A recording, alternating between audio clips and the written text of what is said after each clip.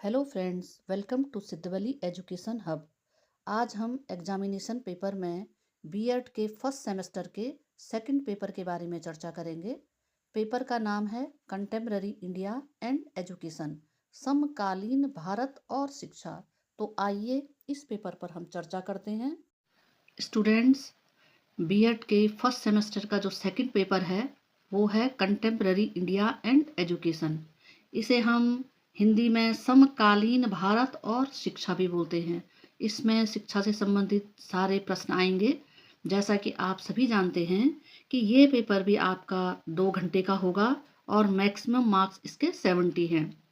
इसमें आपको खंड अ से किन्हीं 5 प्रश्नों के उत्तर करने हैं और खंड ब से किन्हीं 3 प्रश्नों के उत्तर करने हैं। खंड अ सेक्शन ए में शॉर्ट क्वेश्चंस हैं और खंड ब सेक्शन बी में ये लॉन्ग क्वेश्चन है। इसमें आपको किन्हीं 3 प्रश्नों के उत्तर करने हैं।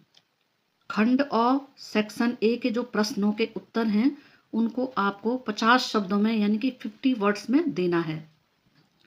आप लोगों को अतिरिक्त उत्तर पुस्तिका यानी कि बी कॉपी नहीं मिलेगी, इसलिए जो आपको मेन कॉपी मिलती है आपको उसी में सारे प्रश्नों के उत्तर करने हैं।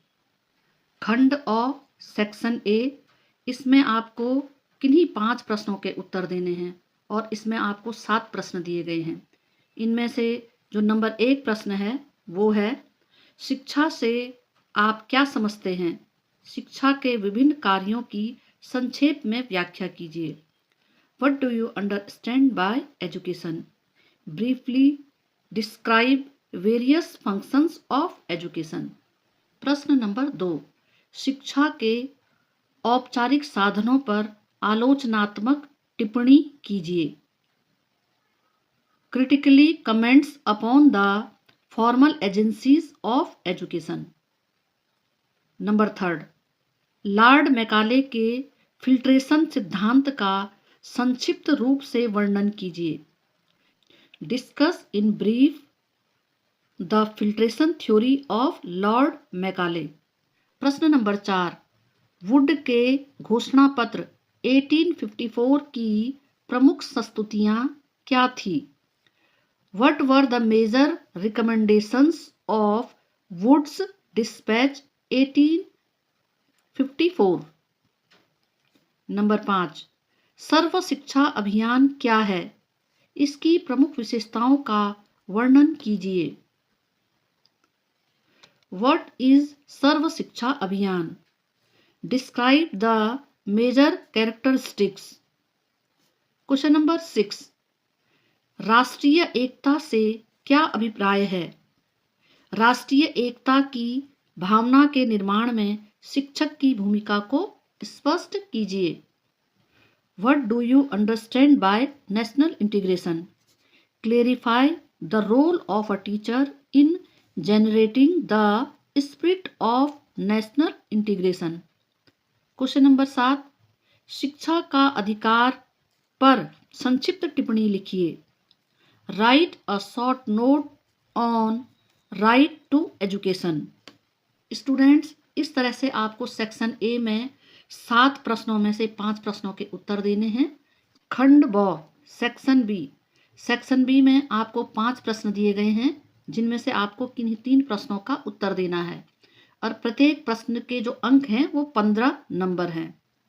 इसका जो पहला क्वेश्चन है वो है, शिक्षा की समानता से आप क्या समझते हैं? शिक्षा में समानता के मार्ग में आने वाली चुनौतियों एवं इस हेतु संवैधानिक प्रावधानों का विस्तार पूर्वक वर्णन कीजिए।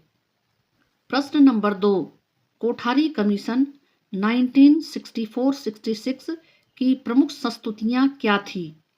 वर्तमान शिक्षा प्रणाली के परिप्रेक्ष्य में इनकी सार्थकता की व्याख्या कीजिए। What were the major recommendations of Kothari Commission 1964-66? Discuss their relevance in context of present education system. Question number 3, शिक्षा के सार्वभौमिकरण से आप क्या समझते हैं? वैश्विक परिप्रेक्ष्य में शिक्षा के मानकों के नवीनीकरण हेतु इसके महत्व एवं प्रभाव की विवेचना कीजिए। क्वेश्चन नंबर 4, NEP 2020 के उद्देश्य एवं महत्वपूर्ण मार्गदर्शक स्तंभ क्या हैं? उच्च शिक्षा के परिप्रेक्ष्य में NEP 2020 की प्रमुख संस्तुतियों पर विस्तार से चर्चा कीजिए। स्टूडेंट्स, इसमें आपको NEP नेशनल एजुकेशन पॉलिसी 2020 के बारे में बताना है। प्रश्न नंबर 5, निम्नलिखित में से किन्हीं दो पर संक्षिप्त टिप्पणियां लिखिए। ये 4 ऑप्शन है आपके पास। आपको इन 4 ऑप्शन में से किन्हीं 2 ऑप्शन पर संक्षिप्त टिप्पणियां लिखनी है। अ, शिक्षा का वैश्वीकरण। ब, राज्य के नीति निर्देशक सिद्धांत। स, बौद्धकालीन शिक्षा व्यवस्था। द, RMSA यानी कि रमसा।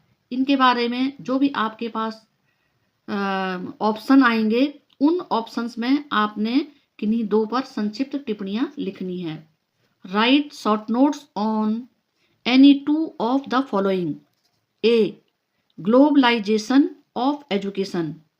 B, directive principles of state policy. C, Buddhist education system. D, RMSA रमसा।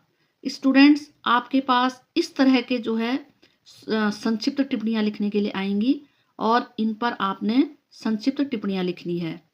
स्टूडेंट्स, इस तरह से आपके पास कंटेम्प्रेरी इंडिया एंड एजुकेशन का पेपर आएगा और आप इसी पैटर्न में फॉलो करते हुए पेपर को अच्छे तरीके से कीजिए।